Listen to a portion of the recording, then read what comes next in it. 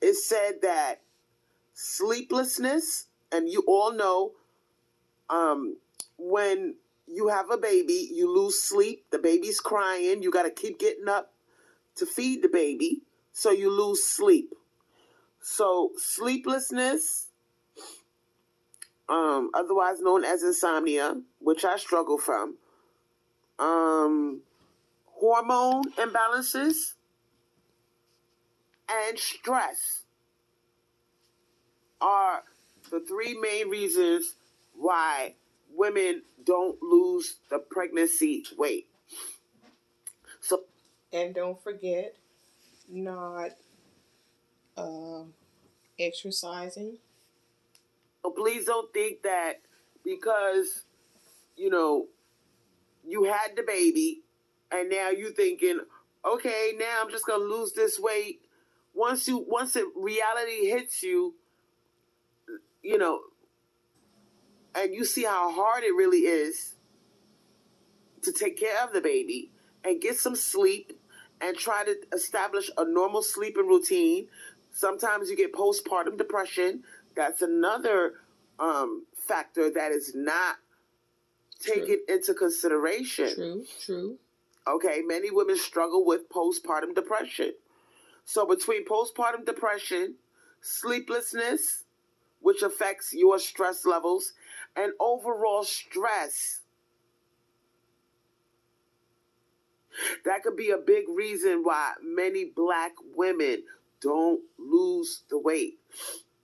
And I feel like this is very important for people to know because I think that this is what happened to me where I got to the 300 mark and even surpassed the 300 mark. I'm some probably like around 329, 330 now.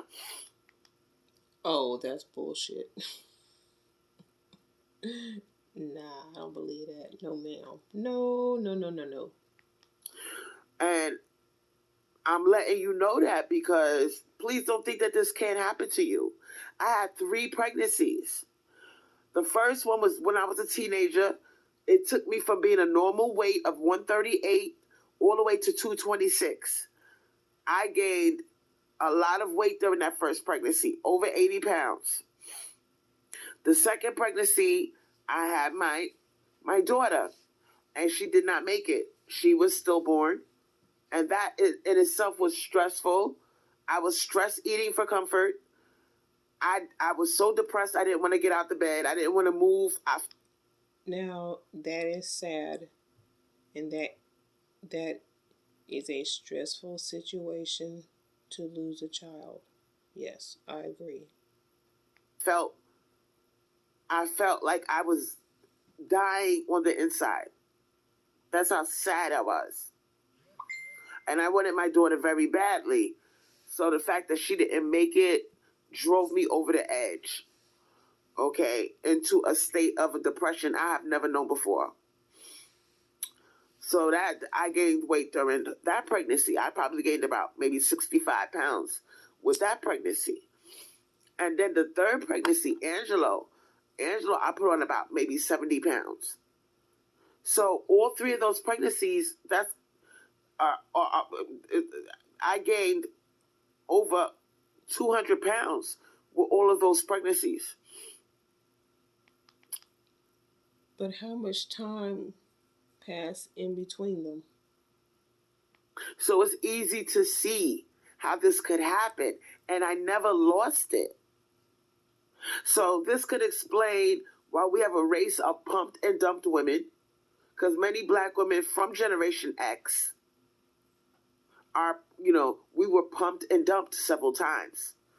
You know, my son's father never pumped and dumped me. He stayed with me. We were in an 8-year relationship. But that's not the point. Whether you were pumped and dumped or not, the fact that you were even pregnant and put on that type of weight and you never lost it. And this could explain why so many black women suffer from overweight and obesity issues. Okay, so if your baby's father stayed with you and you were not pumped and dumped,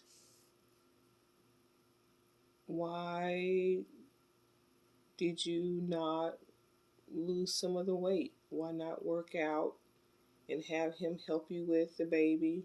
Maybe get up sometimes. Oh yeah, he had that job, but what about his support in caring for y'all's child? Because if you're not obese, then you're overweight. Many black women never really get their pre-pregnancy body back. You're going to be bigger than you used to be. You might, even if it's 20 pounds, 30 pounds, you're never going to really be the size that you used to be. And then take into account that you're getting older, things slow down, your metabolism slows down. So these are all reasons why black women are stuck in, the land of obesity and being overweight. And bad eating habits and lack of exercise as well. And nobody ever wants to talk about this. And this is why I tell my girls, like look at Kawina, for instance. Kawina, watch what you eat. Try to go on your little walks, and you try and go on your little walks.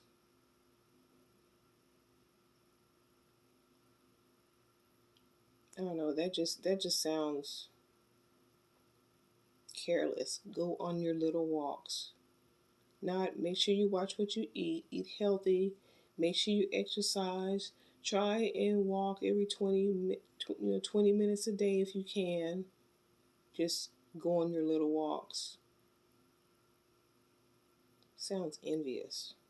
Watch what you eat, because a lot of times when you're pregnant, they tell you, oh girl, you can eat what you want, fuck that, feed your baby. That's what was done to me that first pregnancy.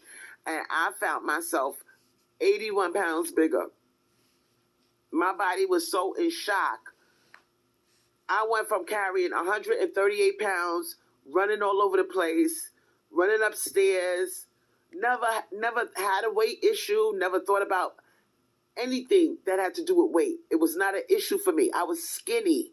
My arms were skinny. You could see my ribs. My bones were showing. I was 138 pounds, 5'6". And to go from 138 to 226, as a teenager, it was a shock for my little body. But the human body is capable of amazing things, including carrying excess weight. So my body kind of got acclimated. It got used to carrying around over 200. I was still looking good. I had more curves, more hips. I just adjusted. But my daughter, gaining a lot of weight with my daughter, so she took me into the over 300 realm with my daughter. And I lost some after the baby, and I kind of hovered around 260. Okay. 250, 260. Okay. And then I got pregnant with Angelo. I had back-to-back pregnancies. My daughter died. May she rest in peace with her father. This is very hard for me to talk about, but she was stillborn, and I got pregnant 6 weeks later with Angelo. What? So my body never had a chance to heal. My hormones never got a chance to readjust. Why did you get pregnant so soon after? Why not give a chance for your body to heal? And as soon as they started to readjust, I was pregnant again with Angelo. Why? So my point is, that really, really set my body into the 300s. Shout out to Celestial Night. I love you, girl. And I want you ladies to understand that, that's why I say it's not in black women's best interest to be spitting out these multiple pregnancies without a rest in between. Okay, why did you not take a rest in between?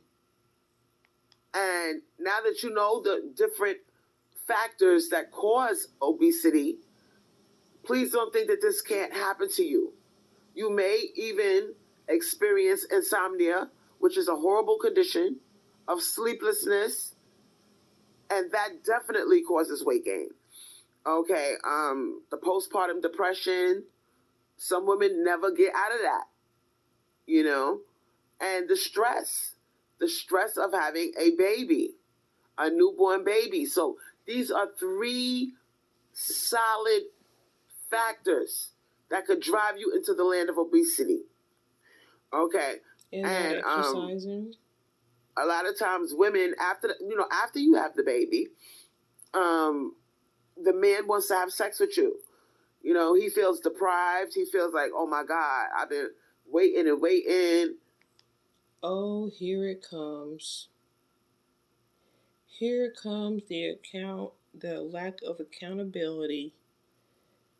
Here comes it's the man's fault because he wants to have sex and you don't know how to say no, or that you're not ready, or you're not feeling up to it, or just not having a good man who should know better. A man who would should care about your health. You pass your 6 week checkup.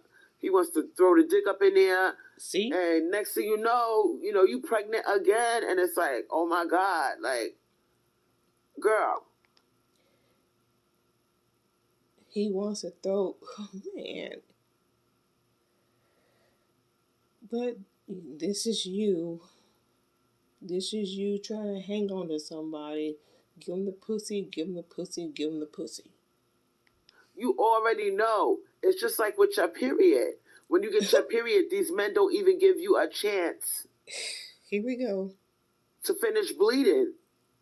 You know, they counting down the days when they could slide up in there. And it's like, that's why I said, girl. Take some accountability. Say no. Say you don't feel like it. But you can't because you're afraid you'll lose them if you don't give them the pussy whenever they want it.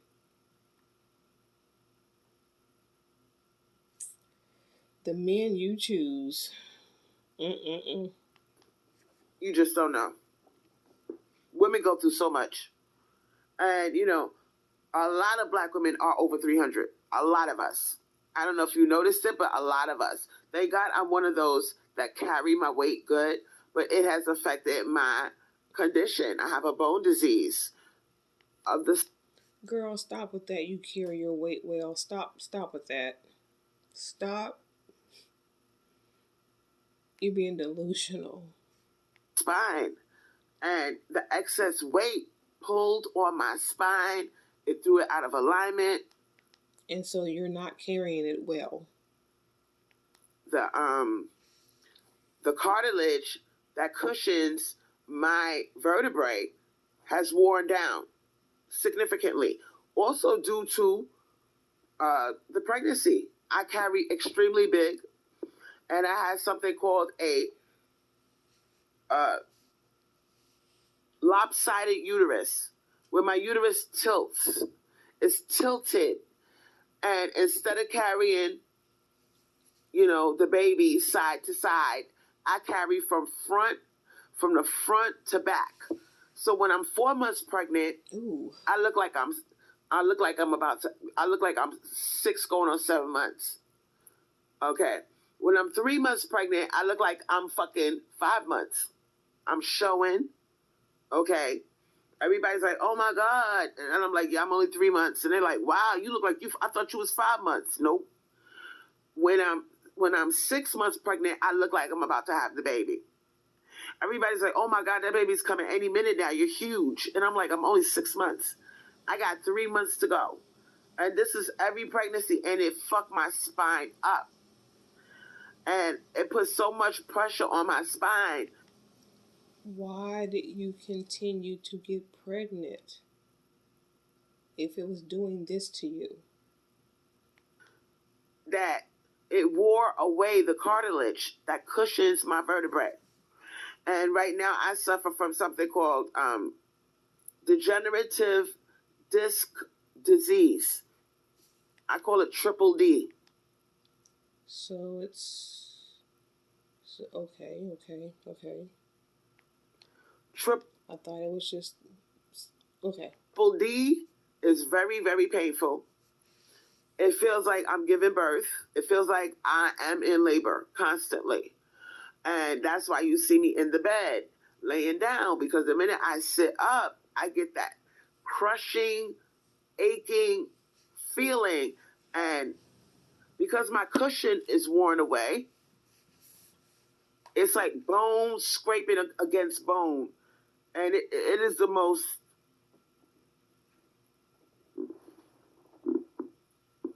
painful thing you can imagine.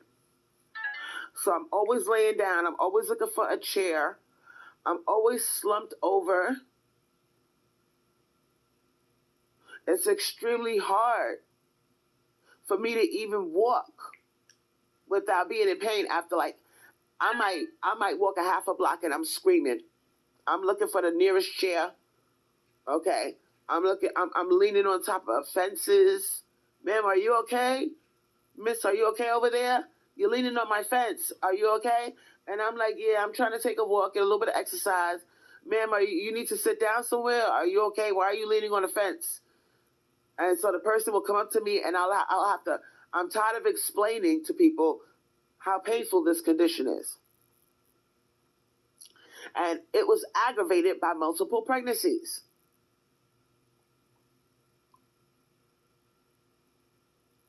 So my thing is this: pregnancy is a beautiful thing, but it's not for everybody. Okay? Kawina says she's 5'3". You have no idea how much. I looked this up and it says treatment can help, but this condition can't be cured. Wear and tear on your body pregnancy causes. You're making a whole new life inside of you. Now, some women are like Queen of Kings.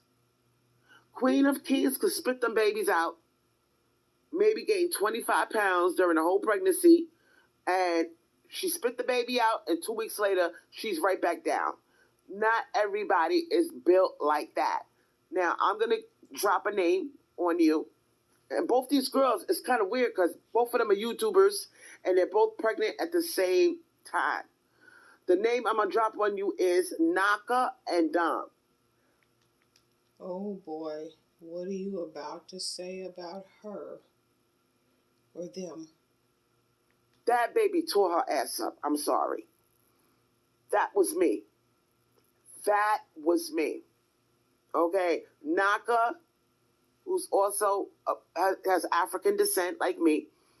Naka carries huge. Okay? She was her. Yeah, she's pretty big. Yeah. Harassed during her pregnancy. Her skin got darker. She suffered from hyperpigmentation. She talks about it in her videos. Where she looks two-toned. One person was so ignorant as to accuse her of bleaching her skin because her hands and her arms are lighter than her neck and the rest of her body. So people said she's bleaching. She was not. And she is also huge. The girl can't even walk. Now, I would not. And she's pretty short. She's on the short side. So, and her feet are swollen. I mean, the girl. She's having a boy. And the baby, I mean, she's been, for the last 4 weeks, she's been talking about, we're preparing for the baby to come. I'm having contractions. I'm like, girl, calm down. That baby will be there. When you are that type of pregnancy carrier, you can't wait to get the motherfucker out. It feels like hell on earth. Your feet are swollen. Did you see Naka? She was this petite little cute thing, hourglass shape. That was me. I got her exact body type. Big bubble butt, hips, nice legs, nice little. Hey, girl, that baby blew her the fuck up. She better hope and pray that she can lose that weight. Because sometimes it don't come off. That's the scary part that they don't tell you. And, even after you have the baby, your intention might be to lose the weight. But there will be times when you want to eat. The baby's stressing you out. You got postpartum depression. You can't sleep. You got hormone imbalances. Well, it's a good thing that she has a very supportive husband with her who can help her on her journey when it comes to trying to lose the pregnancy weight. And you just want a bowl of ice cream. You just want some cake. Late at night, you want a little bit of comfort food, and the weight won't come off like that. Have a little self-restraint. That's the part they don't tell you. Sometimes that weight don't come off. Now, whoever made that, shout out to Quadratic in the chat. I miss you, girl. This is the part that nobody talks about. And we all know those women that brag about how bad of a bitch they use. I was a bad bitch. I was this and I weighed that. And you look at her now, that bitch is in her 300s. Still got an hourglass shape, but she's obese. That's me. Okay? Ooh, you in that hourglass shape shit. Oh boy. And what happens if the weight don't come off? That's the scary part, and nobody tells you. Nobody warns you. They make it sound so easy. Oh, just diet and exercise. You could lose 20 pounds, and the minute you put a cake in your mouth, a couple of times a week, the weight the scale will not move. Well, if you are exercising and then you eat a couple of slices of cake a week, you're doing that to yourself. 3 steps forward, 2 steps back, you're doing that to yourself. Why exercise and then turn around and eat a slice of cake 1 or 2 times a week? Of course the weight won't come off like that. And that's for anybody, not just a pregnant woman. I mean, you're undoing what you're trying to do. Now you're stuck. Or because you had a bowl of cereal at night. Or because you was hungry, your hormones are raging. You can eat some fruit. Trying to readjust. You got postpartum depression. And you eat a little bit more. And if you don't do severe caloric restriction, you are not going to lose that weight. You're going to stay just like that. Well, there you go. You're going to stay like that. You got to get a caloric deficit in order to make the scale move. So imagine being on a diet with a baby. You cannot eat. You cannot turn to food for comfort. You got to eat that salad. You got to eat your vegetables. You got to stay away from anything that is delicious, like fried food. And that's a decision that you're going to have to make. How badly do you want to lose the weight? That goes for anybody. How serious is it and how bad do you want to lose the weight? The decision is yours. I'm not saying it's going to be easy, but the decision to do it, to try, is yours. Cheesy stuff, you can't eat that. You got to really stick to it. If you don't stick to it, you can take 3 steps forward, and the minute you slip, you take 5 steps back. Right. Now you're frustrated. Because you're like, damn, all I did was eat a piece of cake. Yup, the scale ain't moving. The scale ain't moving. And if you ain't got genetics on your side, and you don't got people in your family tend to put on weight fast, and you tend to have a slower metabolism, you fucked. You're going to stay just like that. Well, not necessarily. You just have to work a little bit harder at it. You're going to stay just like that. And there is a possibility, I'm not jinxing her, but there is a possibility that Naka, she might lose 25 pounds and stay stuck. And never get back to the way she was. Because she had to gain, Naka gained it, I'm sorry, she must have gained at least 75 pounds during this pregnancy. She had to put on at least 70 pounds during this pregnancy. She might lose 20, but she'll still be 50 pounds overweight. Now imagine if she stays like that and she gets pregnant again. And the same thing happens.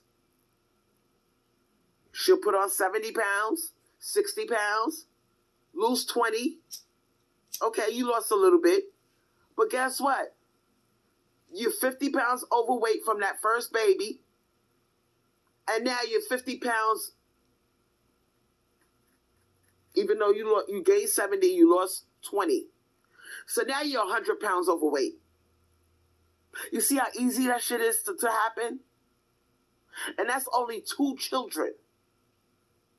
Will shoot you into the over 100 pounds overweight club. And Miss Desire Independent said, weight can be hard to lose. True. That's why you see these celebrities doing impossible. extreme things like taking Ozempic and these other medications that are made for people that are diabetic. Because even they struggle. Imagine being a celebrity, you got millions of dollars and you're struggling to lose weight. So what the fuck do you think it's like for an average person with a screaming baby?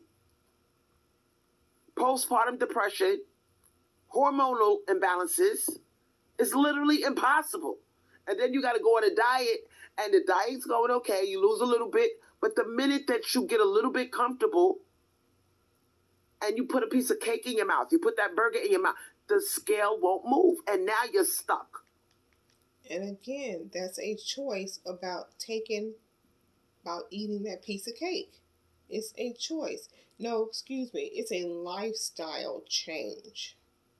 It's a lifestyle change.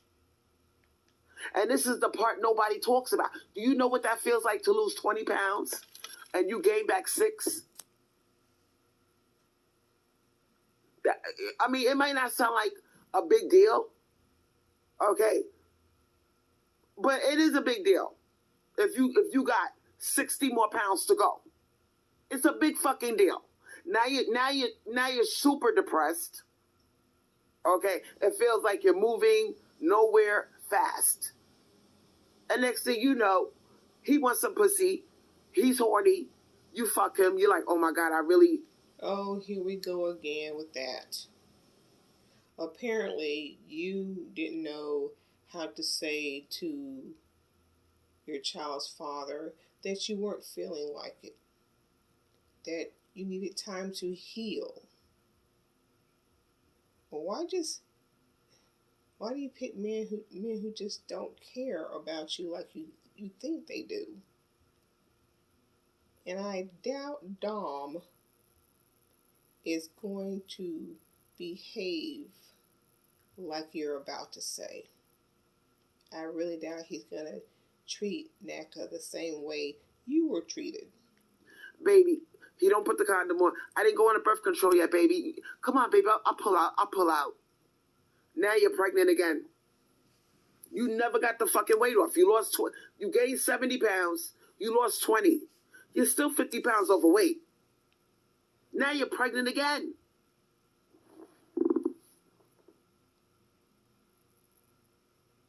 You see what I'm saying?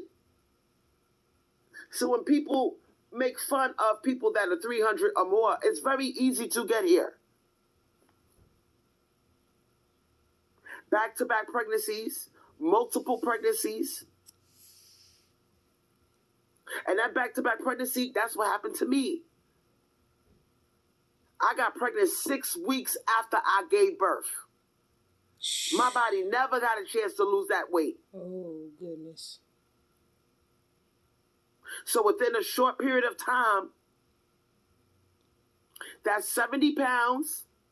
Never got a chance to lose the weight because I'm pregnant 6 weeks later. So that's 70 pounds. And then I gained another 7. Now I'm 140 pounds bigger. You see what I'm saying? So if you already 200 pounds and you gain 140, what is that going to do to you? And then if you go on birth control, yep, birth control can put the weight on you too. Yep. Because after you have the baby, That's everybody's true. like, oh my God, go on some type of birth control, girl. People act like it's so easy. I went on birth control called Depo-Provera. And that, oh my God, it fucked my body up to this day. Bone loss. I believe that contributed to my triple D, my degenerative disc disease. It accelerated my bone loss. Because that was one of the side effects of the Depo-Provera was osteoporosis. Did you research the other? Did you research the other forms of birth control, or you just went with this one? And I'm giving a special shout out to Kawina because Kawina's going through a lot with her pregnancy. You know, I'm saying prayers for her because this is her first pregnancy. And when I say she's going through a lot, I mean in terms of this being her first pregnancy. That alone puts you in a category of you're going through a lot because this is new to your body. Your body is not used to this. Now, please don't look at Queen of Kings and see that cute little baby bump because she don't carry big at all. She got the little baby bump. She probably put on 20 pounds during her whole goddamn pregnancy. She popping and locking. She throwing it back.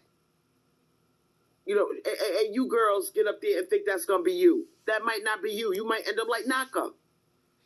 Now imagine Naka getting pregnant 6 weeks after she gives birth to Sesame.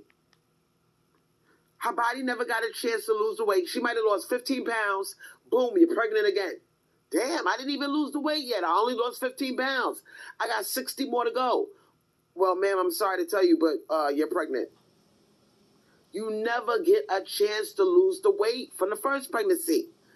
And, you know, that puts you at risk for extreme obesity. I really don't think Dom, like I said before, is not gonna. You think all men act like the men that you have dealt with. And that's not true.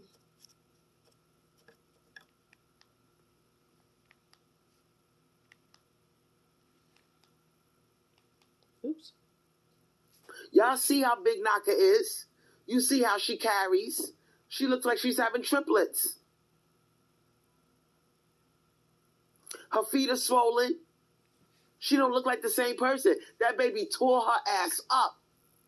Now imagine her baby father's like, oh, I'm just going to put it in. Because they act so stupid. Once you have the baby, you know, you laying up in bed with your man. He feels how soft and squishy you are. His dick goes up. He going to try to put it right up in there. They're dogs. They're animals. They don't give a fuck. See? Maybe that's what happened to you because you're just so eager to keep a man. You just think, fuck him, suck their dick. Not every man is like the ones, not every man is like the males. Let me say that again. Not every man is like the males that you dealt with. Dom's not going to act like this. No way. just want something wet and warm to put their dick in. And now you pregnant again. This could, and I'm very worried for Naka. I am very worried because I see what pregnancy does to her body. You ain't worried about the pregnancy. You worried about Dom wanting some wet and gushy when she... Girl, stop acting like you care. She carries very big. She carries a lot of water weight. And she is not blessed to be one of those people that gain 20 pounds during the whole pregnancy. She'll put on 60 or 70 like it's nothing. Like it's nothing. So imagine if she, oh, guess what, Dom? What, baby? I know, babe, you're losing weight. That's great. You lost 12 pounds. Yes, but Dom, I'm pregnant again. What?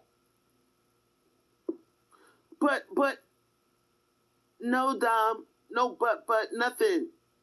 I told you we shouldn't have done nothing. Oh, my God, I just had Sesame. I just had him. Less than 6 weeks ago. What am I going to tell the doctor? See, projecting her bullshit onto others.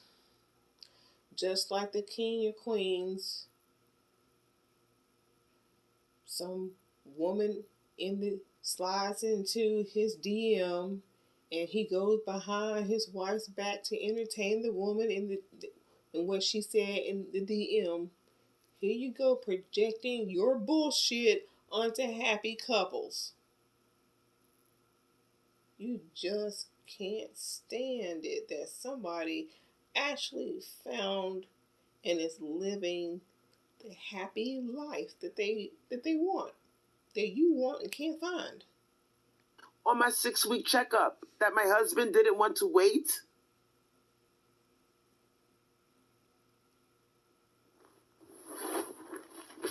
No, your baby daddy didn't want to wait, and you want to keep him, so you gave it up, and that's why you preach all this crap now. They can't wait till you finish your period. Like I said, these two women are married to men. You dealt with males. So now she got to carry around that 60 pounds she gained. And now she's pregnant. She got to go a whole 9 months. A whole 9 months of stacking on weight. She going to blow the fuck up. If that shit happened to her, I'm not jinxing nobody. But God forbid, if that happened to that girl, even if it's 3 months later she get pregnant, it's not enough time to lose that type of weight. That girl put on serious weight. It shot her into the obese category. Because overweight is only 30 pounds. She's past that. She's way past that 30 mark. She's at least 60 to 70 overweight. So if she has that baby, and she might lose 10 pounds, it took her 3 months just to lose 10 pounds, and she's pregnant again, she could absolutely end up like me. Or not end up like you. Or not end up like you. Absolutely. It's not hard to do. Y'all are quiet now, huh? Mm-hmm. I know. You need to be quiet. And you need to sit there and think about this shit. Because after she had that baby, he gonna be horny as fuck. The reason why he can't wait for her to have the baby and hurry up and have that baby is because he want to fuck again. Let's just keep it real. He wants to see his son. And he thinks that she gonna go on a little diet and slim down right away. And then let's say she does do that. What? Did Dom tell you that? You know absolutely for a fact that that's what's going on in his mind right now. Did he tell you that? He gonna want to fuck her. He gonna want to have sex with her. If she start looking good again, he gonna slide that dick right up in there. And here we go again. Oh, I think he cares about her way, way much more than the men you dealt with, the males you dealt with. He loves that girl. He loves his wife. I'm pretty sure he can keep his hormones in check for the safety and the health of his wife.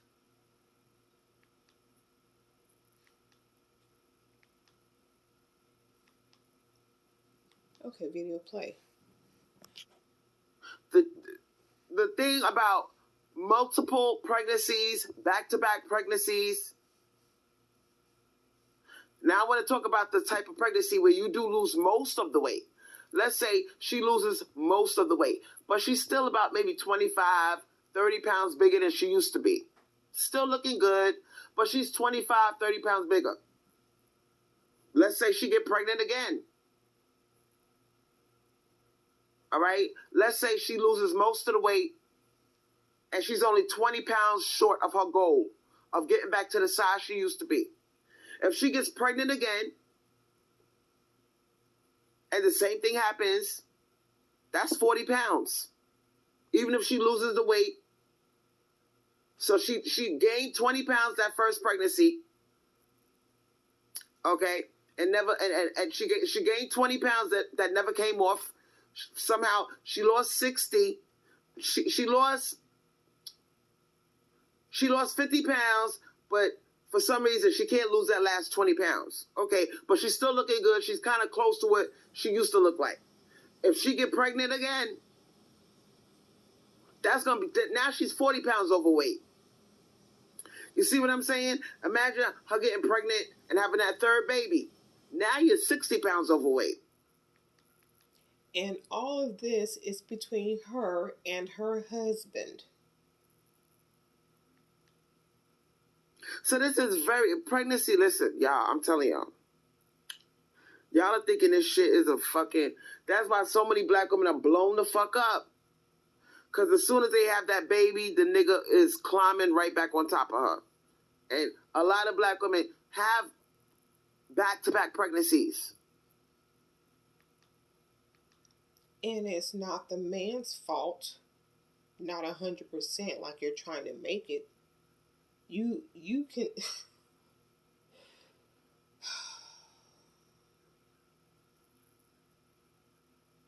You don't have to get pregnant if you don't want to. That's all I'm saying. And I'm so proud of this new generation, even if they're like Kawina. Kawina got caught out there, okay, but they're not trying to have baby after baby after baby. But from what I understand or remember in one of your lives, Kawina's man is Italian, but he ain't around. He's not in the picture. Kawina's the type, she got her one little baby, and she probably gonna lock it down after that. You see what I'm saying? So even the girls that did get caught out there and got pregnant, they're not gonna be like my generation. 6 pregnancies?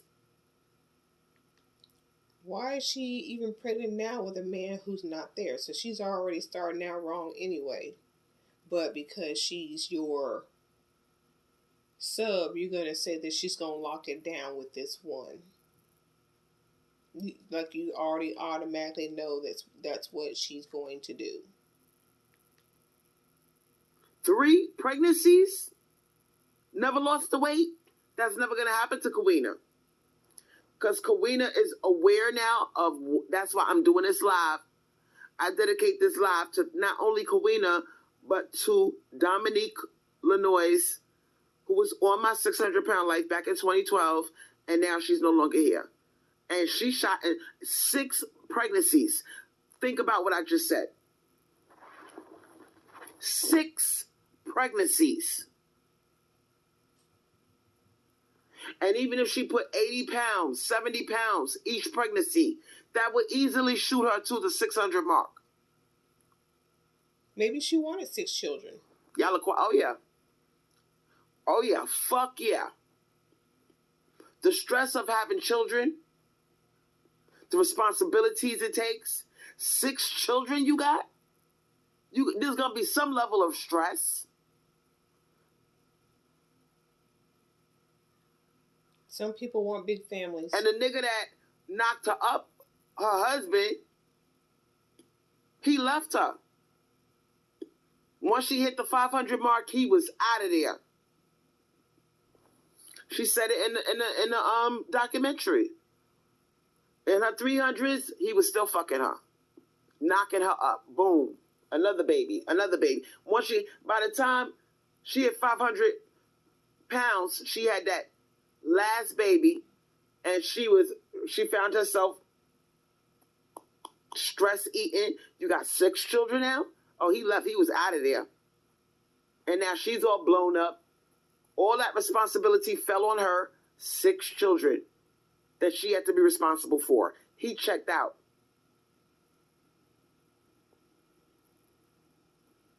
That's a bad situation. There you go. Y'all are scared now, huh? I want to scare you. I want to scare you. Because some of you girls got brothers and sisters. I'll ask you, how many brothers and sisters you got? Oh, there's 4 of us. Okay. Okay. And you know the average woman is around 150, 160. Imagine what four pregnancies could do to you if you never lose the weight from each pregnancy. Do you really think you can't hit 500 pounds? 400 pounds? You're dumb. You're dumb if you think this can't happen to you. Well, you can do things to make sure that it doesn't happen to you.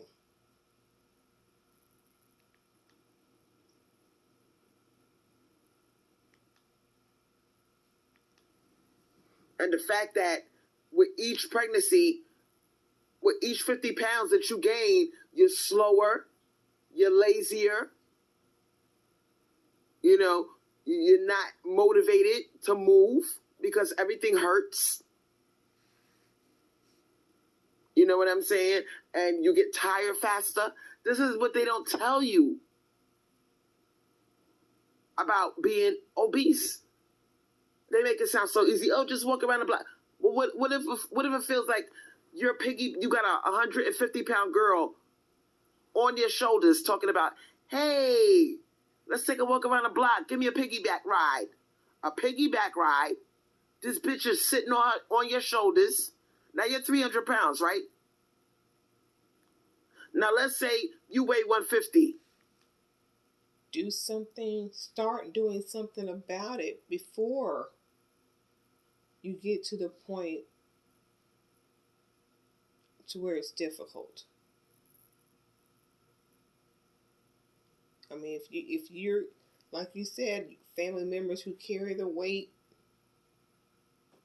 you see the other family members,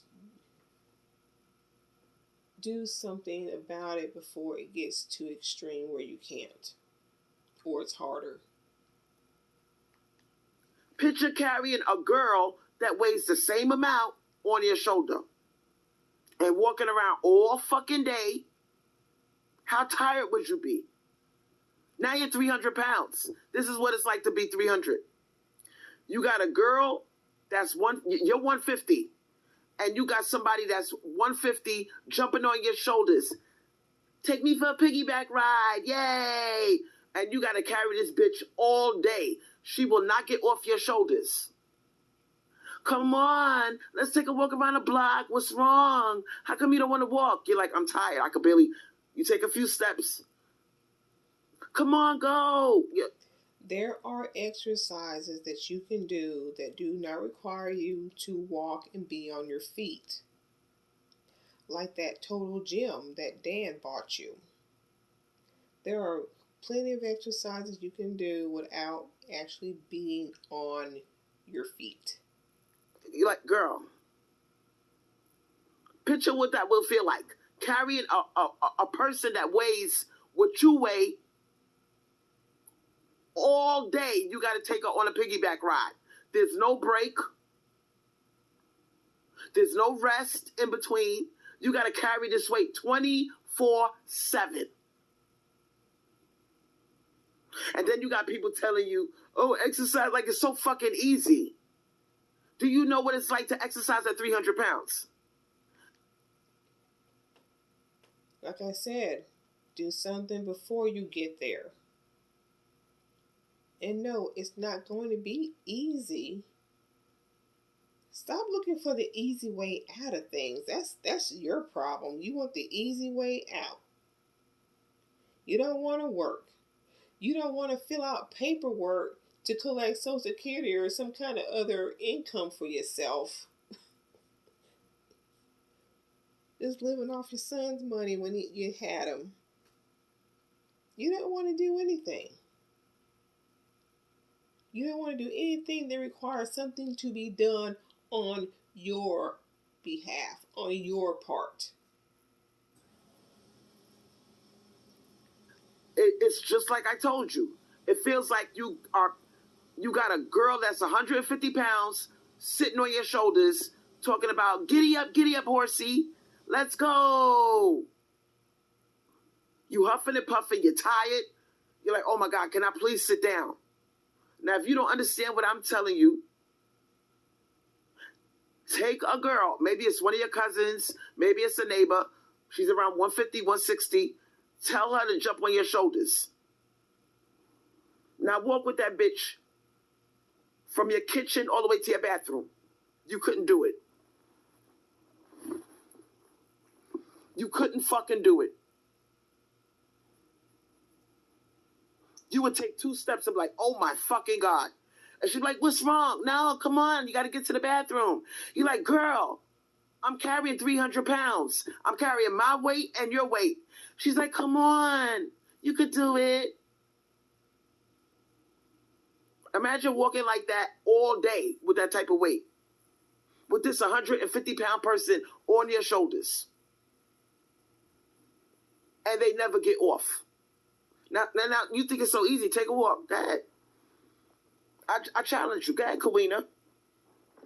Go ahead, Miss Desire Independence. Take somebody that weighs what you weigh, the same weight that you weigh, and walk around the block. Put them on your shoulders if you think it's so easy. Let them go. Get them take a piggyback ride. Walk around the block with 160 pounds, 170 pounds on your shoulder. Go ahead.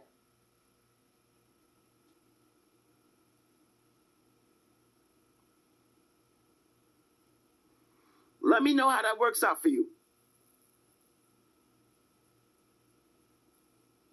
I wonder what they're saying. She's You would take 3 steps and be holding onto the fence, looking for a chair. Like, how the fuck do you carry this type of weight all day? I don't know. You tell me. Because once you hit that 300 mark, it's a lot of laying down, a lot of sitting down. Don't wait to hit the 300 mark. You see you're gaining weight, start doing something to keep it in check. Your spine is screaming. Your feet hurt. Everything hurts. Carrying this type of weight 24/7. That's why when you see Dr. Now, he tells the girls or the men in the video, because he knows that type of weight keeps you bedbound. He tells you, because you're not going to be like those people that are doing aerobics and doing all it. No, you're not going to do that. They tell people like myself, punch the air, kick your legs, exercise from your bed. That's the most you could do, because walking is excruciating. And I bet you don't even do that. And like I said, the Total Gym, there are exercises where you don't have to You're probably saying, Crystal, you don't have to be on your feet, but you let it sit there and collect dust.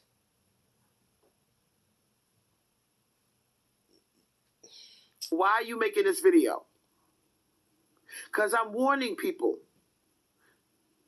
about multiple pregnancies. The wear and tear it does on your body, and how you could easily shoot into the obese category.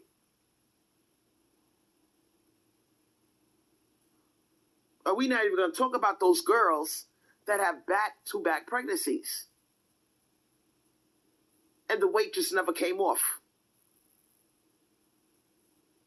And now you're scared because you're tired. You don't got no energy. It sucks the life out of you.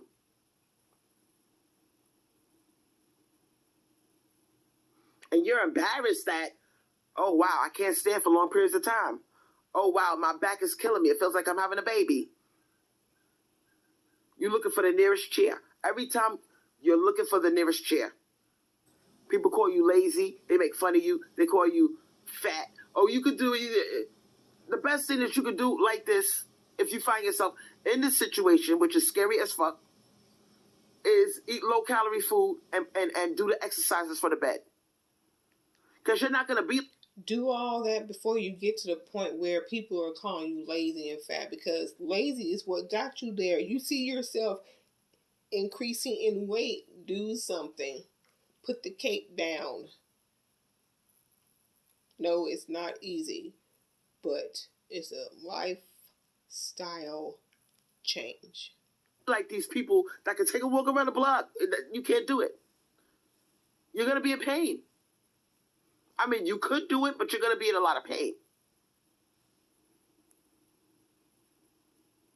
And if you got a situation like myself, which is a bone disease of the spine, where you don't got no cushion and your bones are rubbing together and it feels like you're having a baby, you really ain't going to take no goddamn walk.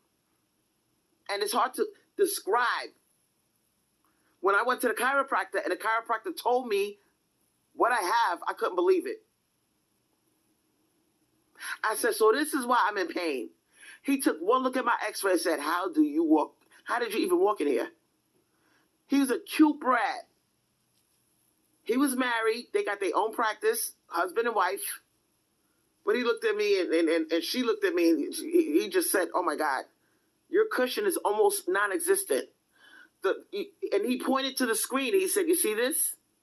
He pointed to the x-ray. There's a projector. And he pointed to it and he said, you see that? That little thin looking thing? That little space between your bones? It's supposed to be thick. Yours is almost non-existent. I'm surprised you're even able to walk at this point. And I almost wanted to break down and cry.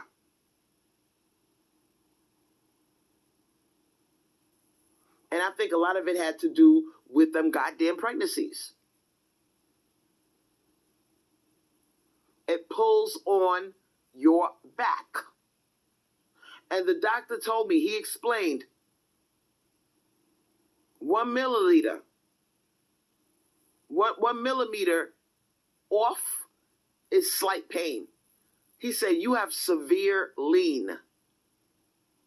You have a severe lean. So you're in excruciating pain, aren't you? I said, yeah. He says, what do you do? He says, does it hurt to cough? I say, yeah. Mm-hmm. He says, do you like have to like do little thrusts when you're laying down? You find yourself thrusting like you're having sex? And I'm like, yeah. He says, yeah, that keeps the pressure off the spine. Yeah, yeah. And then when I got home, I looked the shit up. Degenerative disc disease. I couldn't believe it. But I was partially comforted because I know now there's a name for all of this pain I'm in. I'm not crazy. I'm not making up stuff in my head. I actually have an actual diagnosis. This shit girl, I had tears in my eyes. I could end up paralyzed. I said, you gotta be fucking kidding me. Get your phone out right now and look it up. Look it up. Type in degenerative disc disease. Let me know what you see. Go into the comment section and tell me what you see. And this is your homework assignment. Right now, I don't want you to bullshit me and wait. Everybody, get your phone out. Go to Google and type in my condition. DEGENERATIVE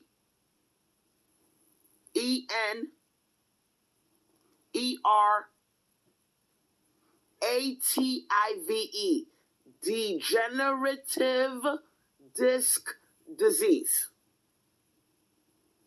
What does it say?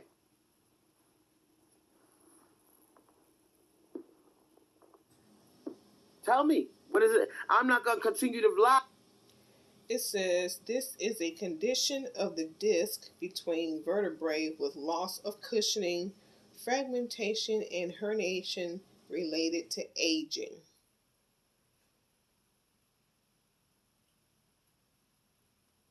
Osteoarthritis of the spine, usually in the neck or back. Until somebody goes into that goddamn, do their homework, and go in the comment section and write down what could happen to me.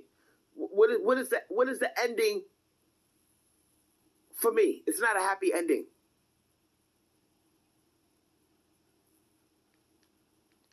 And it says that the chronic condition can last for years or be lifelong.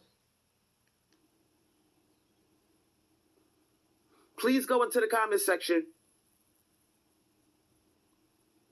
and tell me somebody did their homework. At least one person, please. Don't make me beg you. Read what this shit does. You tell me what's going to happen to me.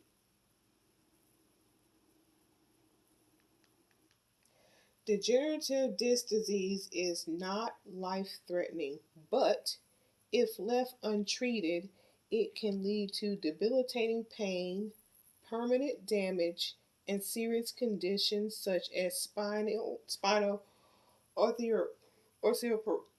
arthritis, herniated disc, spinal stenosis, and potentially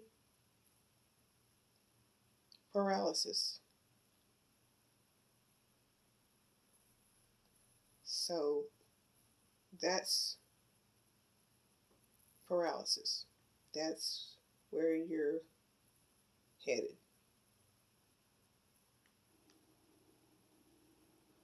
What is the ending for me? Is there anybody that's going to go into the comment section and tell me what is going to happen to me?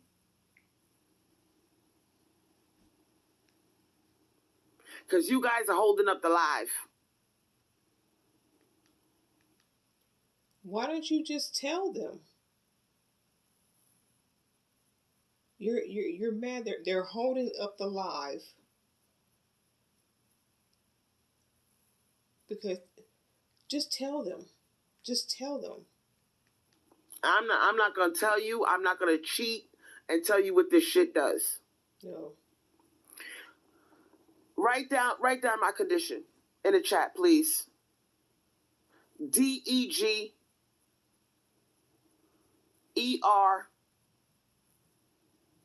No, I'm sorry. DEGEN. DEGEN. DEGEN.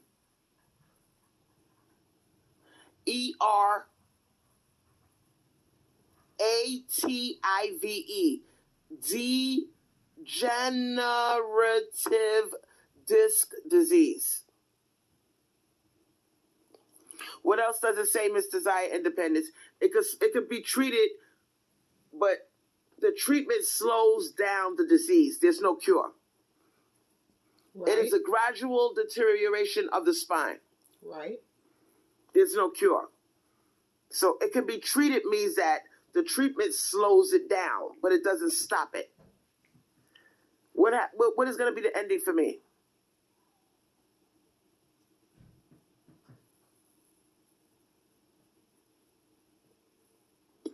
Nardy P, you did part of your homework. Thank you. But you only, that's only the tip of the iceberg. I'm looking for the P word. Why don't she just say it and go on? What's the P word? Who knows the P word? Paralysis. Because that will prove to me that you are actually reading what I told you to read. Oh, teacher, student. Okay. Yes. I'm going to end this when somebody gives her the answer she's looking for. Yes.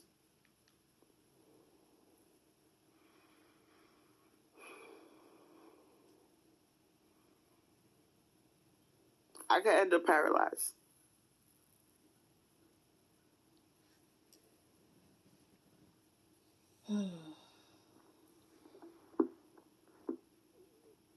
When the doctor told me I might end up in a scooter. Okay, I'm going to stop right there, make this a part 1. You know what? Now I forget it. I'm going to go ahead and put it up. Sometimes when I do long recordings, when I upload it, it automatically will split into more than one part. And if it does that, then I will be sure to label part 1, part 2, and so forth. I'm just going to go ahead and let this finish because we've got another 40 minutes of this. So I'm going to go ahead and just do it all in one. And hopefully it stays intact. But if it breaks into 2 parts, you'll see that I put part 1, part 2. Before 50. What was, let me back up. Let me back up 20 seconds. What did she say? Yes.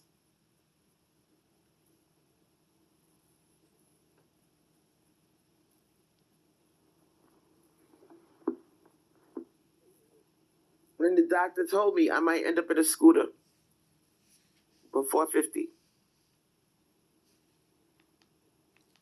She said the doctor told her she would end up in a scooter before 50.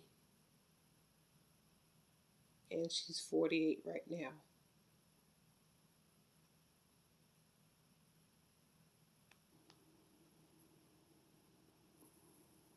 Why? Because I have severe degenerative disc disease.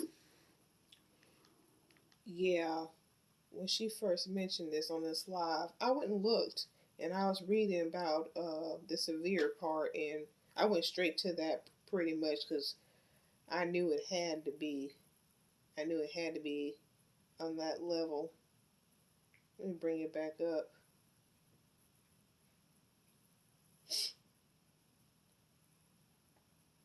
Yeah, where is the severity? Yeah, which is what I just read. Left untreated, debilitating pain, herniated disc, paralysis. Yeah.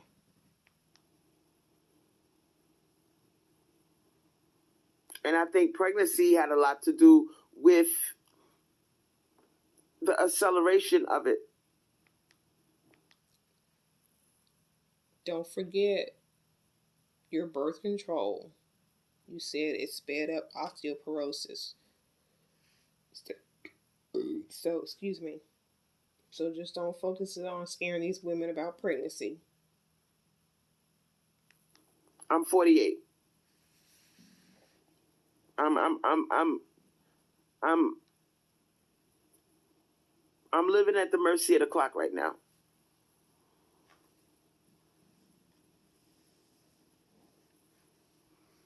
Now, what I want you to understand, because Miss Desire Independence, I don't think you fully understand what's going on here.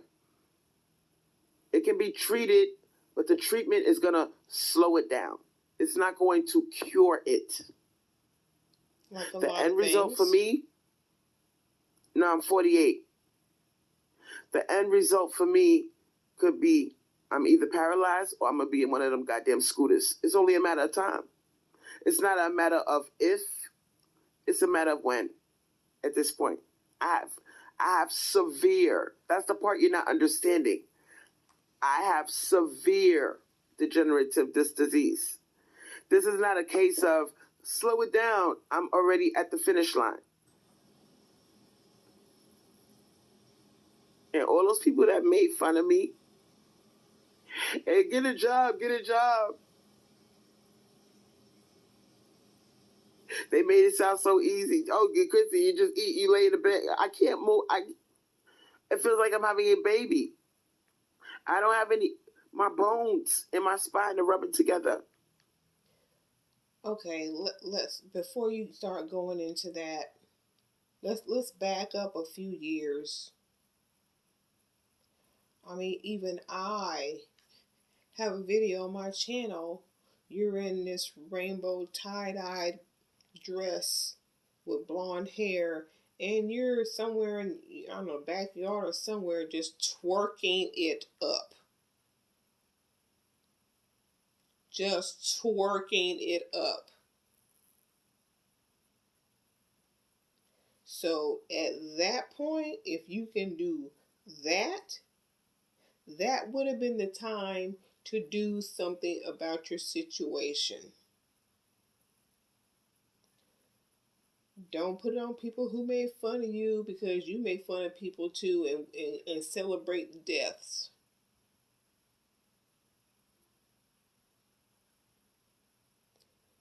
You had a time to do something about this. Yeah, you could have got a job. You you could. I mean, if you were picking up buckets of water at the chicken place, you could be an Uber driver.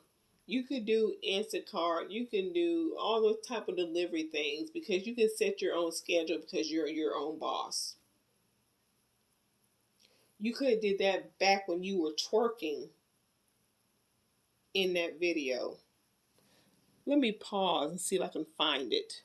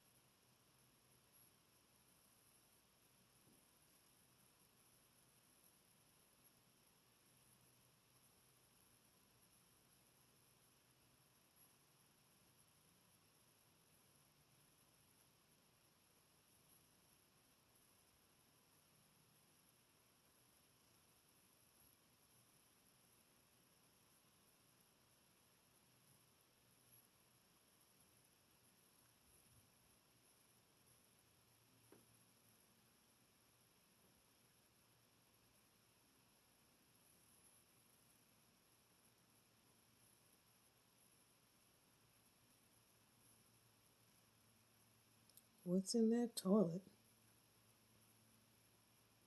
Mm.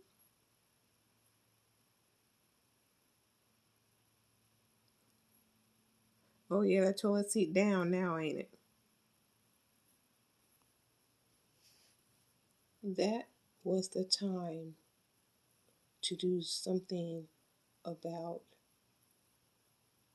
your health issues. Let's continue.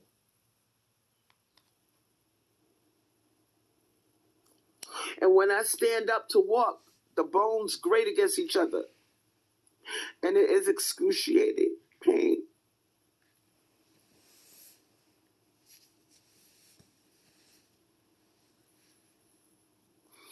Now, if you don't understand what I'm telling you, picture somebody having a knife in your back, and it doesn't come out. You know what it must feel like to have a knife in your back all day?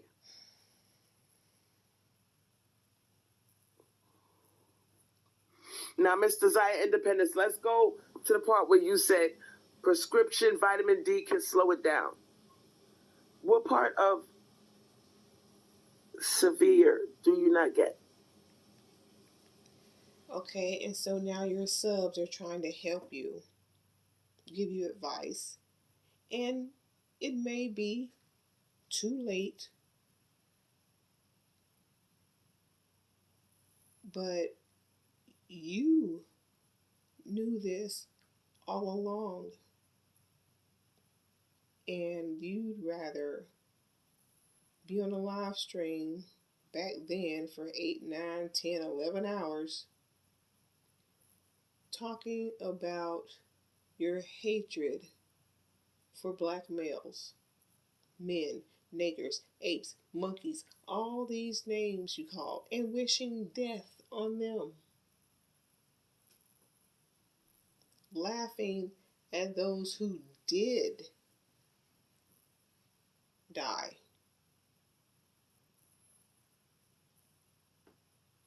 All the bad advice that you have given over the years. And now when people try and help you, you want to get an attitude. But you knew all along about this, your condition. You're mad at the wrong you're mad at the wrong person, the wrong people. That's for those people that have beginning stages, middle stages even. I'm at the finish line.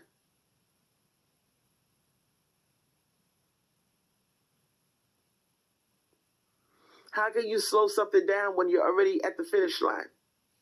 You do something before you get there.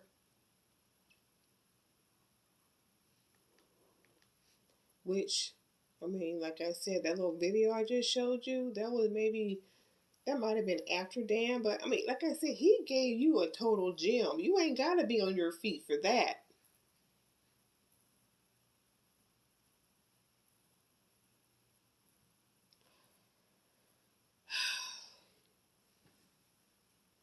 You just want people to feel sorry for you and men to give you money.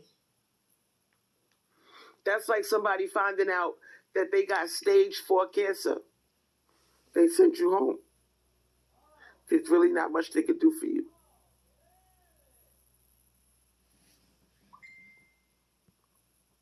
And that's a confirmation.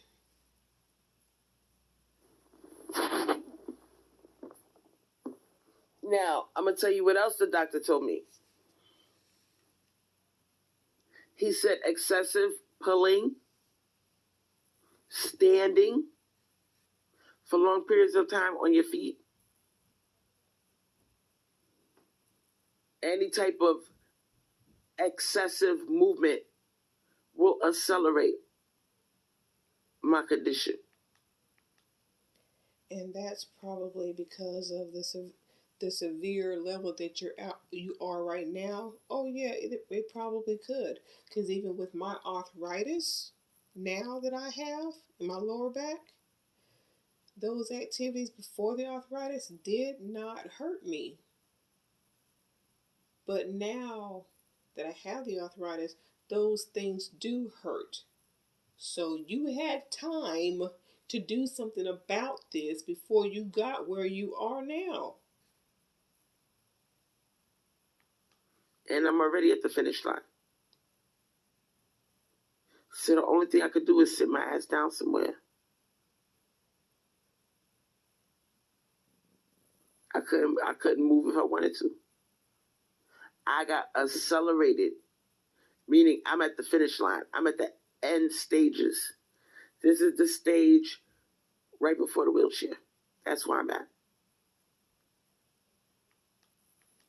I would be doing everything I can to extend my time where I am mobile. I mean, 'cause yeah, once you get to the finish line and you are paralyzed, there's nothing you can do at that point. But you're not there yet. You're close, but you're still able to move. It hurts. You went to the doctor. You just told us you were working. So you still are mobile right now. Make this time the best time it can be. If you can, slow it down with whatever she said, B12 or whatever. Muscle relaxers I saw was one of the things. Physical therapy. You might be out, that might be too late. But the time that you have right now, while you're still mobile, to the point where you are paralyzed, between there, you could make the best of it by doing something. Not just sit there and sulk and say it's over. Because it ain't over yet. It's not over yet. Not yet. And I appreciate all the people like Miss Desire Independence that are genuinely concerned about me. But you need to understand, it's almost like those people that they are HIV positive and they get sick and they wait and wait and wait and wait and wait and wait. And then by the time you go to the doctor, you got full-blown AIDS. You see what I'm saying? Now compare that. I'm making that analogy because I want you to see what happened here. Which basically you waited and waited and waited and waited until you went to the doctor, and now it's too late. I'm at the end stages. You gave up. You gave up. There is no slowing down. The damage is already done. I'm one step away from a wheelchair.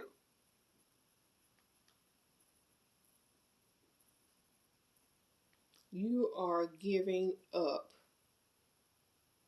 before you get into the wheelchair where you can't do anything for yourself.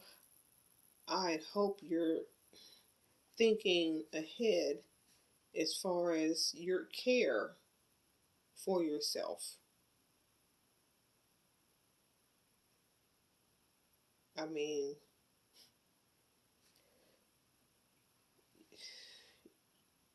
$211 in your bank account, $500 worth of wigs, all that $200 to Tyrone to take you around in the Uber, cut your grass, the work that those laborers must have conned you out of to fix your house, and you still have a broken foundation with that. All that money you wasted when all you had to do was research. How do I work the GPS? How do I get here? Money wasted that went to your son, that was his, but at the same time, if you still had him, you still had that money, and you could have used it to care for yourself as you go through this.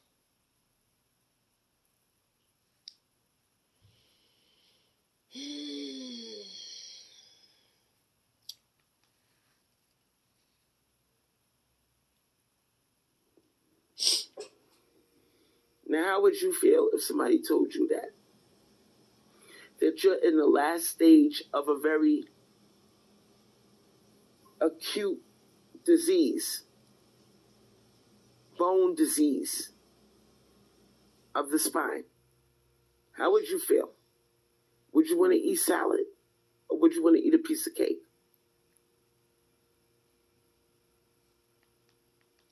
Well, at this point, I get what you're saying.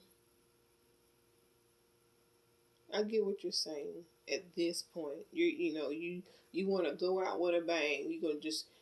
You just gonna indulge in all the luxuries of whatever it is, food. Some people who will know their end is coming travel and go here and there. They check off that bucket list.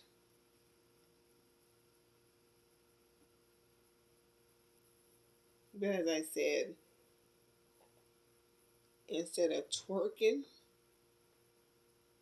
you should have been working, doing whatever to put things in place for yourself when you get to the end of the line, as you say. The damage is done. I could eat salad all day. I'm going to still end up in a fucking wheelchair.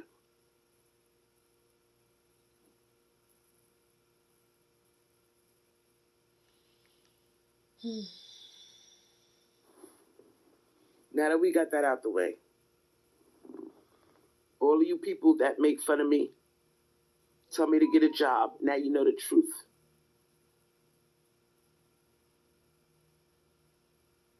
And I work fast food, and I lean on the counter. And my boss told me, oh, don't lean on the counter. It doesn't look good in front of the customers. There's hardly nobody there. There's like two people in the dining room eating. But she gonna tell me, don't lean on the counter because it looks bad to the customers. Well, that is true. That's true. So I lean against the wall. I'm fucked up. I am fucked up over here, man. And I saw the video that Miss Elite did, And I gotta warning do you. what I gotta do. Warning you about how sex work is illegal in Florida. And you say she's one of your haters or whatever the case may be, whatever grudge you have against her. But she was actually telling you something very important to keep you out of jail. And I don't know if you were trying to save face or whatever, with your comment about mind your own business and something about what I forgot what you said about her mama. You said that. Instead of being grateful or thankful, whether you said it openly or kept it to yourself, you could have just read that, oh, it's illegal, I better not do that. And if you didn't trust her, you could have looked it up yourself, but the information was right there. But instead, you got to come back with some kind of snide remark.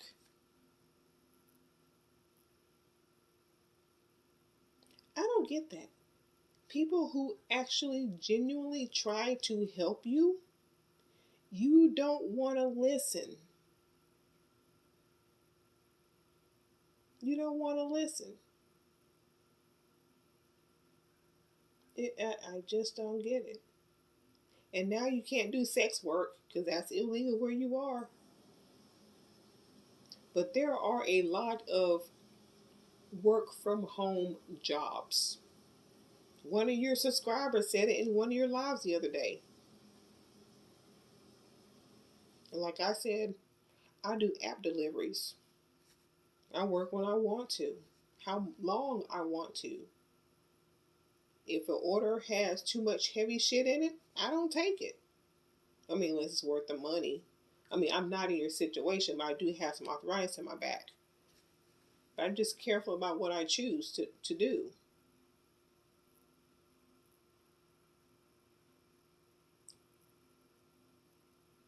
But as I was saying about Miss Elite's video,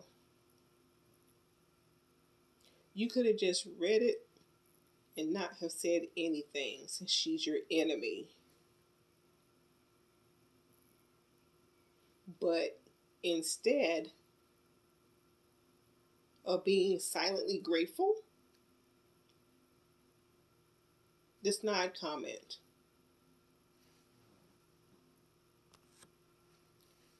You're more worried about the messenger than the message. So go ahead. Go ahead and do sex work in Florida. Maybe they'll let you live stream from the prison cell.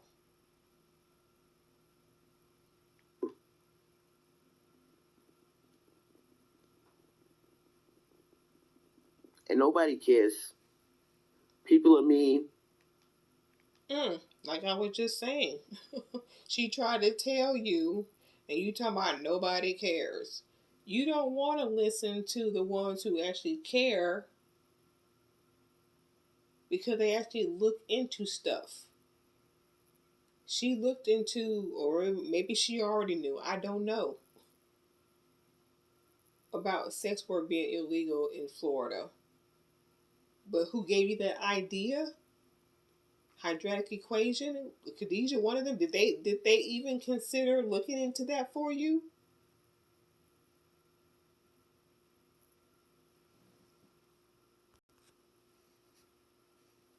Dan tried to help you. Total Jim. Y'all had a bet on losing weight. He lost his, you didn't lose yours, and you got mad at him. In your own word. What the fuck? I tried to help you. You didn't want to hear that either. And even then, we were friends. So that just equated to the fact you just didn't want to do the work.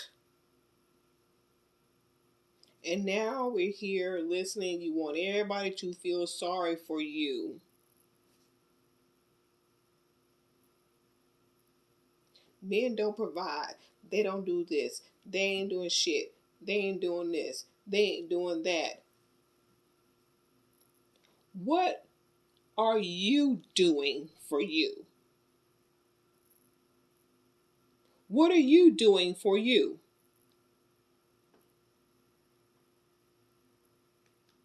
People act like I'm just lazy, You are.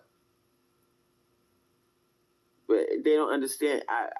It's a picture having a splinter. That's now. You had time to do something about this before. You should have been working instead of twerking. You had time to do something about this. When you were Ubering to your son not too long, you had time. You had time to do something about this. It doesn't come out. An infected big pussy. What? Wooden splinter stuck in your finger. Picture walking on and you got glass in your foot. And people are telling you walk. But you got a piece of glass in your foot. That's what this shit is like.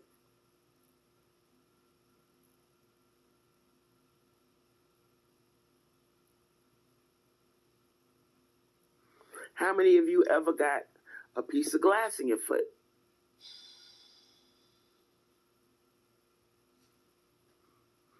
Now imagine walking on it. Imagine somebody telling you, ooh, walk around the block, get your exercise, but you got a piece of glass in your foot. You didn't have the glass before. How far are you going to walk? Being in that type of pain and discomfort.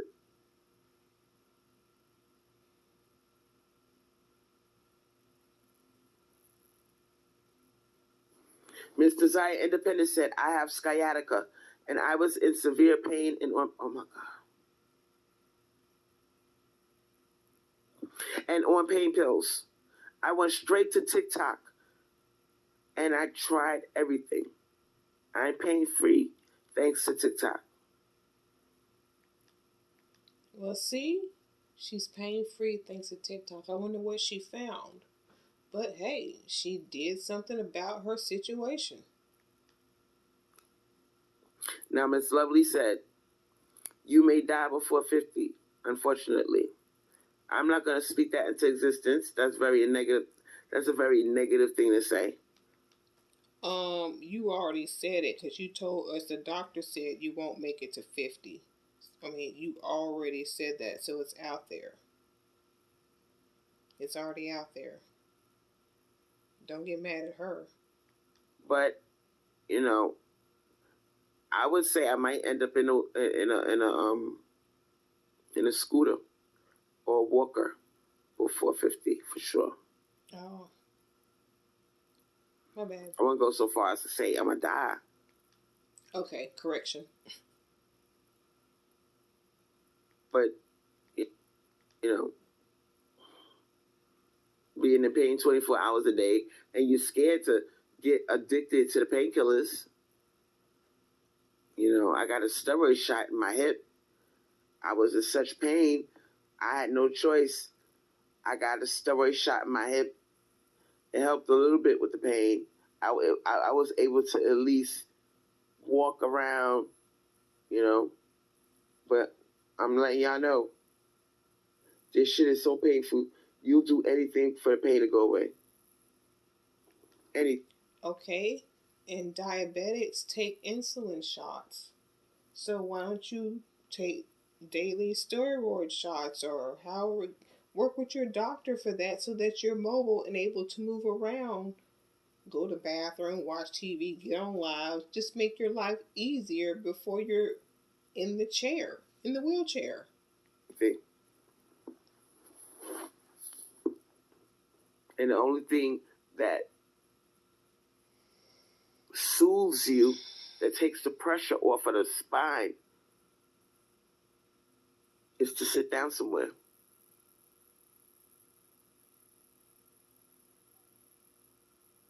That's why I'm always sitting. I'm always leaning on something.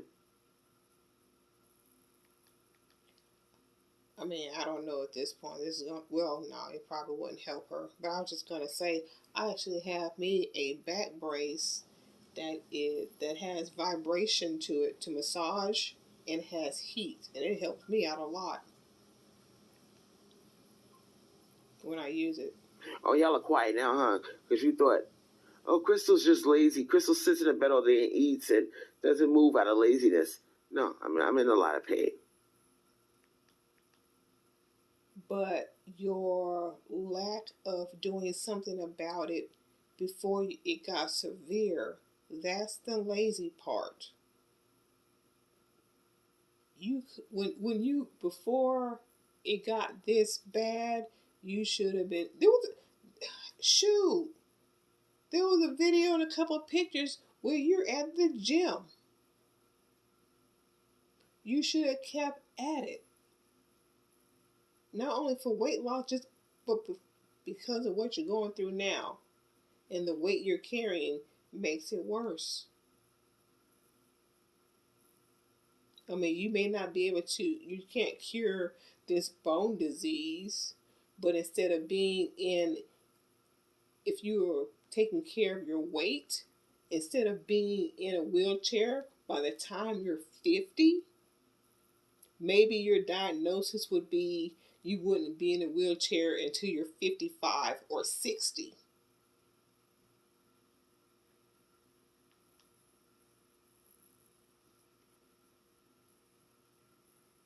That's the difference. It's very painful. Imagine having a spine with no cushion and the bones are rubbing together.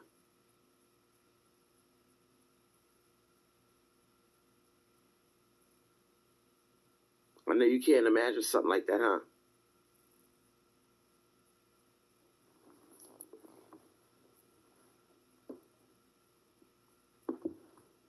Everybody's quiet, huh?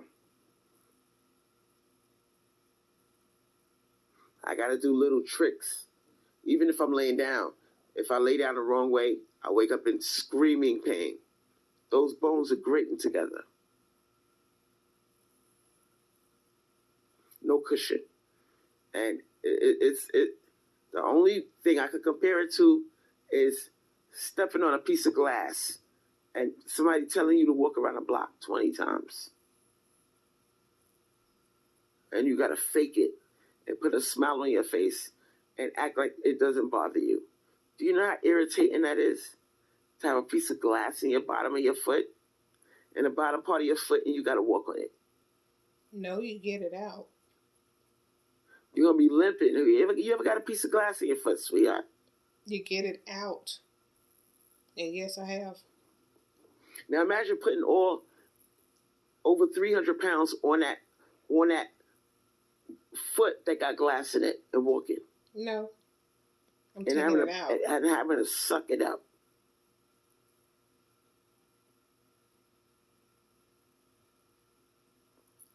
Then you got people like Miss Elite. I said what I said.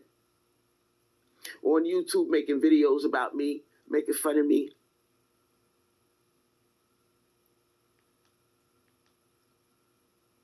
Don't you make fun of people?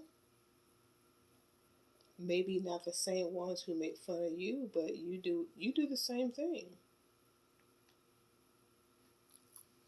You got people like my ex telling me, get a job. Yeah. Because then you could have had some type of insurance that might have helped you with medication, to help you with problem, got you into therapy. You could have gotten some weight loss program or something, and like I said, you can't avoid the paralysis. But instead of being in the wheelchair at 50, you could extend that time to maybe we're 55 or 60. Have another 10, 15 years on you to walk, be mobile. Just being mean. Just being mean? Is that what you said? Let me give you an example. Picture somebody, you ever got a piece of hair in your eye? How about if you had 3 or 4 pieces of hair in your eye? And somebody's telling you, look at the board, focus, focus. Read to me what's on the board. And you got 3 big pieces of hair in your eye. And they telling you to focus.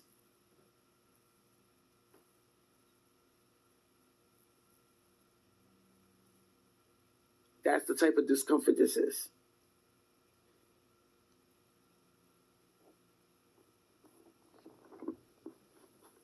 Now, she could keep making her videos, making fun of me, making fun of my job. Oh, I work at KFC because I have to.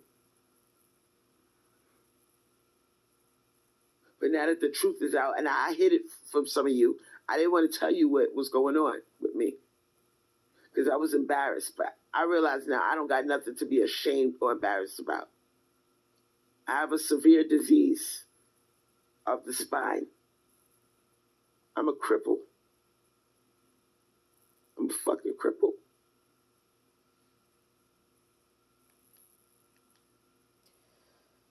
Now, this is bad, and I'm not laughing about it. But at the same time, like I said, many people with good intentions at one point, including myself, although not knowing about this right here, but our advice may have helped you deal with this better. But you didn't want to take it because you're worried about the messenger rather than the message.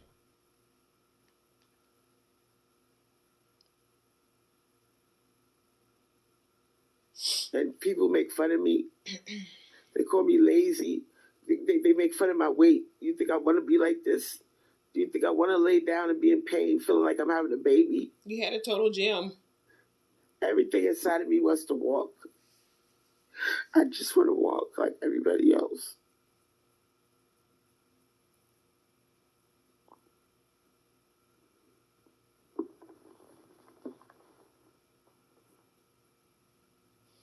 I just want to be normal. I want to get up and go, but I can't. I struggle at work just to stand up.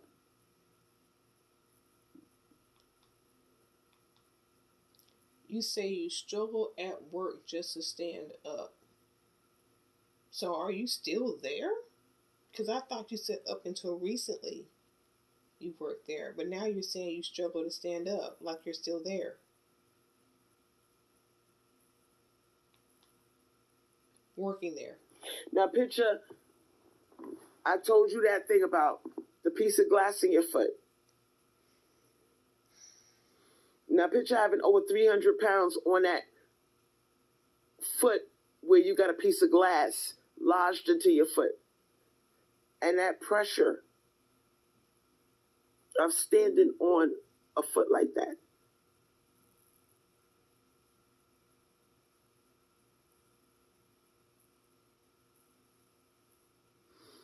It's not quadratic. I get, what, $19 a show? It's not enough to support me. Now, with that right there, you need to put aside this scared to ask for money bullshit and start requiring some cash apps other than $1 or $2, because you're doing this to yourself when you complain about only how much money you make. $19 is live, this. You could earn money doing this YouTube. You won't earn it from YouTube because you know, you won't clean your mouth up. But you can start asking for cash out to $5, $10 or more. People want to come up and talk, call in, $5 in my cash app, please. You can do that, but I don't know, you scared or whatever, I don't know. But it just seems like the things that you can do for yourself, just as simple as $5, if you want to come on, call in this amount for this, simple things like that. You don't want to do that. You don't want to do the smallest thing for yourself.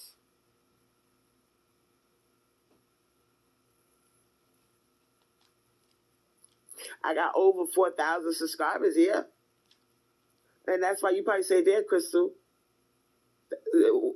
That's why you asked for $1? Yes. I didn't want to put any pressure on my subscribers. This is not their problem.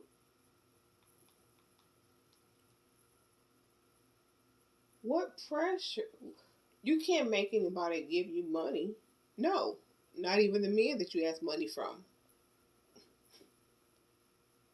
You can't make people give you money, but you can make a requirement. Hey, if you want to come up, it's going to cost you $3, $5, whatever. If this, that, and the other, it's going to cost you this. Hey, if you want me to shout out your name, it's going to be this. Simple shit.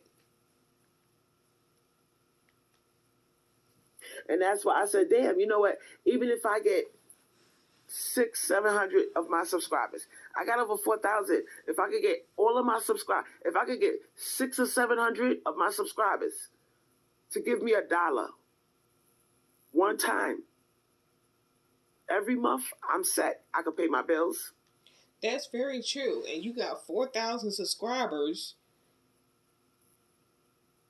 But I don't even think I've seen that many views on one video. But then you take them down all the time, so it's hard to say. I mean, have you had a video that went 1,000 views? Because I mean, we see the same, 50 people in your chat all the time. Where the rest of them at? But yeah, if each one gave you $1,000, gave you $1, then yeah, you could support yourself. I could put like $250 towards my groceries for the month. My bills are like $300-400. I could do it, but I can't because I don't got no support on YouTube. I tried. No. You need to require it.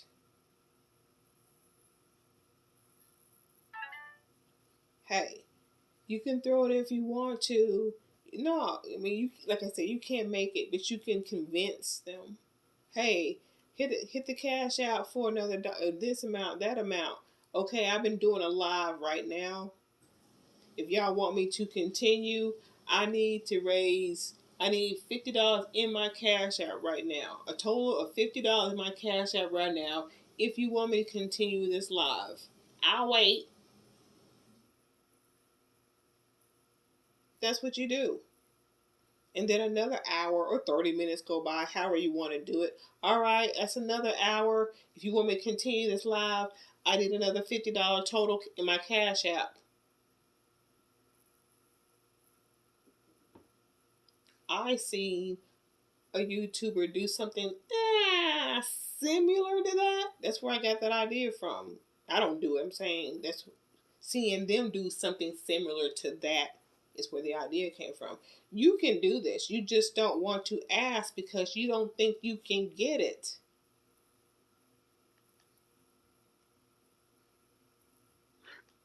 I tried to make it easy as I could to to my subscribers.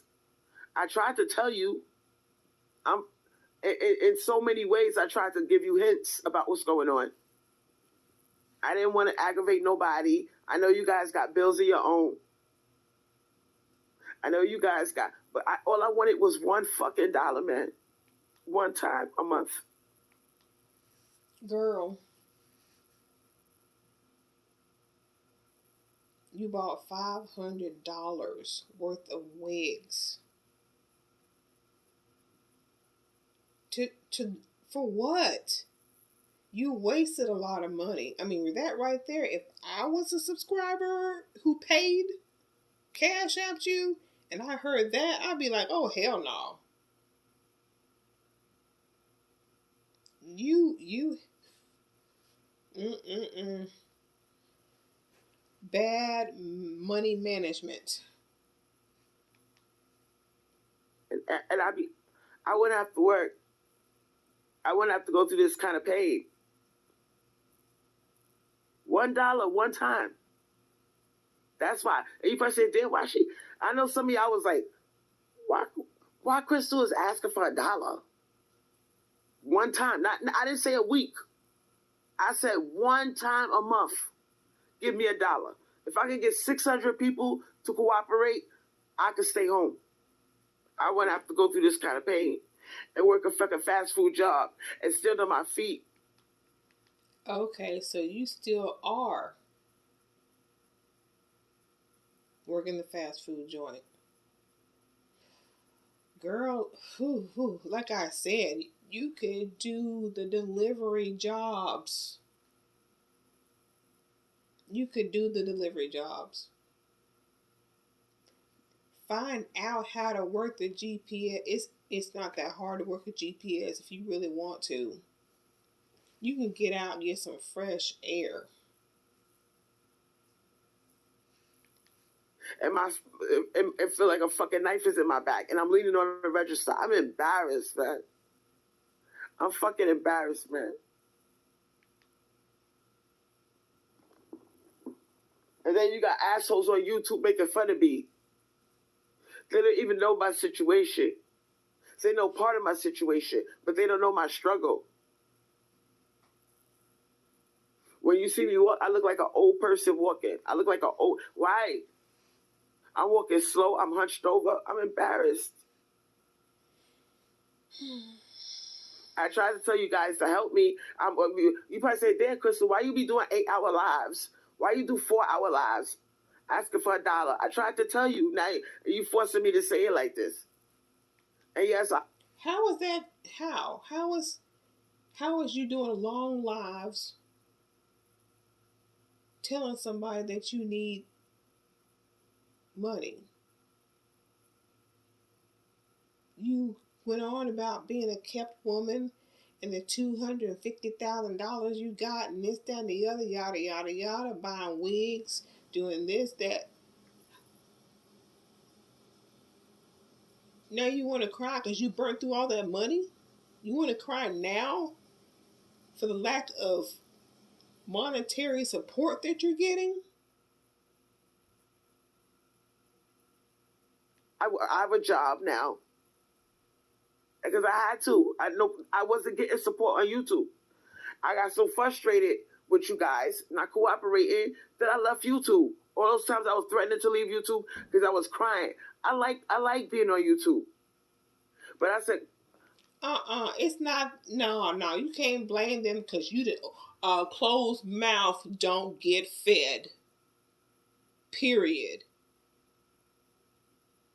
You cannot expect them to read your mind. They come on a kiki and haha and laugh and bash men with you. That's what they come to do. And if they can get it for free, they will. If they can get it for $1, they will. Or $2, they will. My house is paid for. I got money. This. Why should they help you? You have more money than most of us who listen to you do. I said, you know what? Or you Give it a did. go. Maybe somebody will catch the hit. Maybe you could get like 600 people to cooperate. Because I can live off of $600 a month. Absolutely. My bills is like 400, for 200 for food. I can do it. But nobody caught the hit. Everybody, I got a few people that gave me $7, $10. Every now and then I got a $20 bill. But that's not what I want. I want 600 subscribers. Maybe 700 is even better.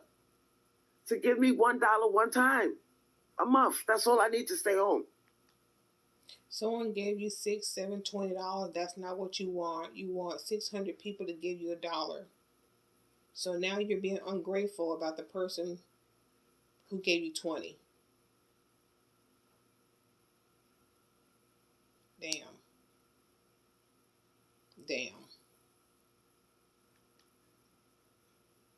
But nobody, they don't cooperate. They don't show me love like that. They don't cooperate.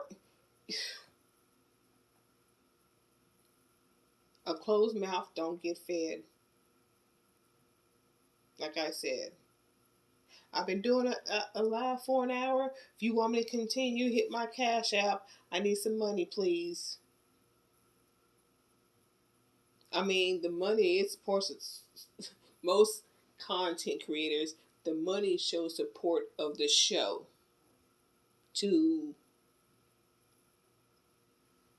better equipment, this, that, and the other. Well, in your case, they're supporting your, they're providing for you. They're providing for you. And you're going to have to open your mouth. You may not think so when it comes to men, but these are your subscribers, other women. Open your mouth.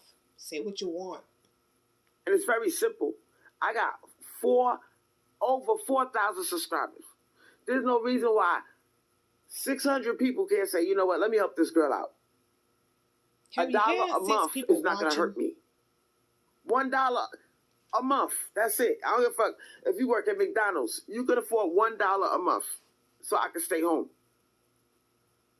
But no, I gave up. I'm What? So you want the working person to give you just $1 a month so that you can stay home?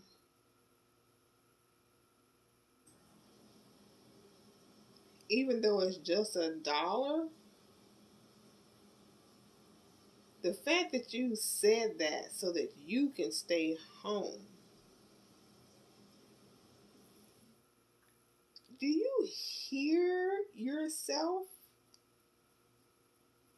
Greedy, ungrateful, demanding. Like people owe you. You go to work so I can stay home. So basically, that's what you want a man to do. You want him to go to work so you can stay home. And now you want the same thing with your subscribers, other black women, to give up their dollar so that you can stay home.